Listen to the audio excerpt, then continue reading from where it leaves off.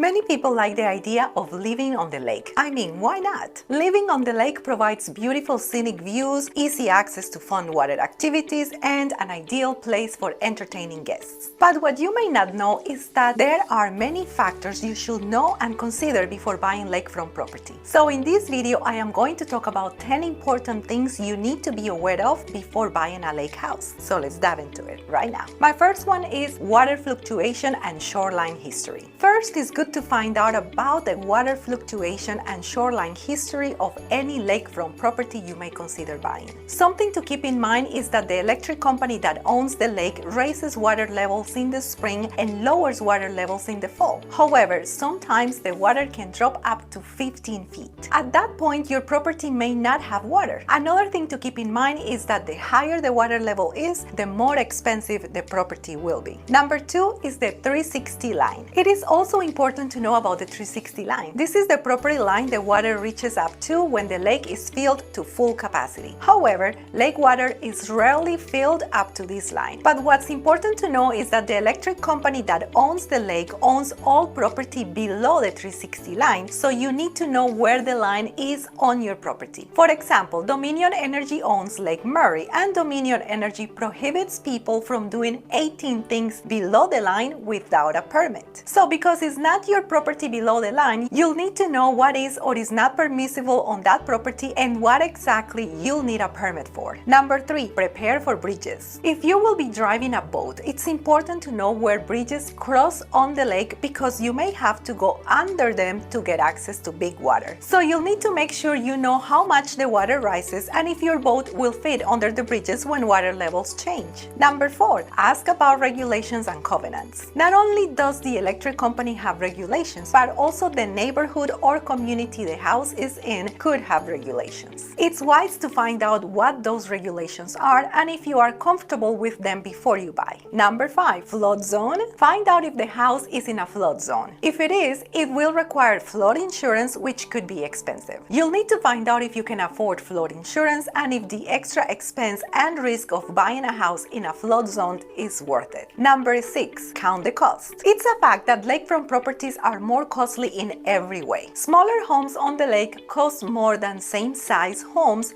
that are not on the lake. And older homes that may not be expensive elsewhere will have higher prices just because they are on the lake. Property taxes for waterfront homes are also significantly higher, especially for secondary homes, which are 3 times the primary home amount. So taxes won't be as high for lakefront primary homes, but they will still be higher than non-waterfront properties. Other costs to consider are flood insurance, home maintenance, maintaining the dock if you have one, maintaining your boat, and addressing any possible erosion issues that may cause wear and tear on your property. Also, the items and gear you'll need for boating, sailing, kayaking, jet skiing, water skiing, fishing, tubing, and any other water activity can be costly. My point number 7 is your dock permitted? If you want a dock, make sure the existing dock is permitted and that it matches the size and design of the type of dock that is approved by the owner of the lake. In South Carolina's case, the lake's owner is Dominion Energy. Each dock that is approved will be tagged with a metal decal, and your metal decal must be visible at all times. This is another reason to know how high water levels can rise on your property. Number 8, verify the utilities available for the home. Many lakefront homes use septic tanks and well water. So it's good to know if your home requires use of a septic tank and uses well water. If it does, you'll need to know what kind of septic system it has because it will require maintenance and upkeep.